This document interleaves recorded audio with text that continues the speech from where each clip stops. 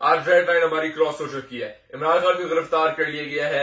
इसी में आप सबसे रिक्वेस्ट कर रहा हूं कि आप 2 बजे एवन फील्ड पहुंचे। नवाज शरीफ और शहबाज शरीफ को हम घेरेंगे, जहां भी वो होंगे हम उनको घेरेंगे। लंदन में उनका जीना हम हराम करेंगे।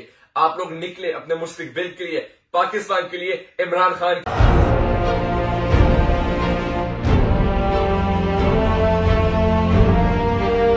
अदालती अहकामात के बावजूद कराची में शोएब शेख के घर को गैर कानूनी तौर पर मिसमार कर दिया गया है।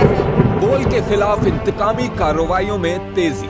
कराची में को चेयरमैन शोएब शेख का घर गिरा दिया गया। बोल के खिलाफ इंतकामी कार्रवाइयों का सिलसिला जारी है। सिंध हुकूमत की अदालती अहकामात की खिलाफ वर्जी। सिंध हाई कोर्ट का स्टे ऑर्डर नजरअंदाज।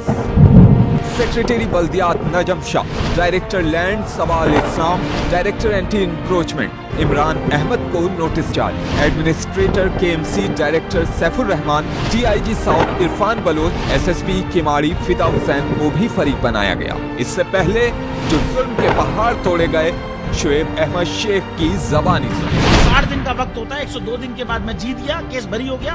102 दिन के बाद अपील फाइल की, एक्सेप्ट कर ली। नहीं करते ना एक्सेप्ट, खत्म हो जाता ना जुल्म यार। भरी अदालत में मुझे बरी कर दिया, फिर पता नहीं क्या हुआ। 2.5 घंटे बाद का नोट बिफोर, मैं नहीं सुनता ये केस। खड़े रहते अपने फैसले पे, मिट जाता जुल्म। अल्लाह ताला ने बिठाया इस कुर्सी, इन कुर्सियों पे इनको यार, ये अल्लाह ताला की तरफ से फैसले करने हैं। तो या तो ये फैसले आएंगे, जुल्म मिट जाएगा, या कौम खड़ी हो जाएगी जुल्म के खिलाफ। हर मुश्किल के बावजूद बोल हकीकी सहाफत करता रहेगा।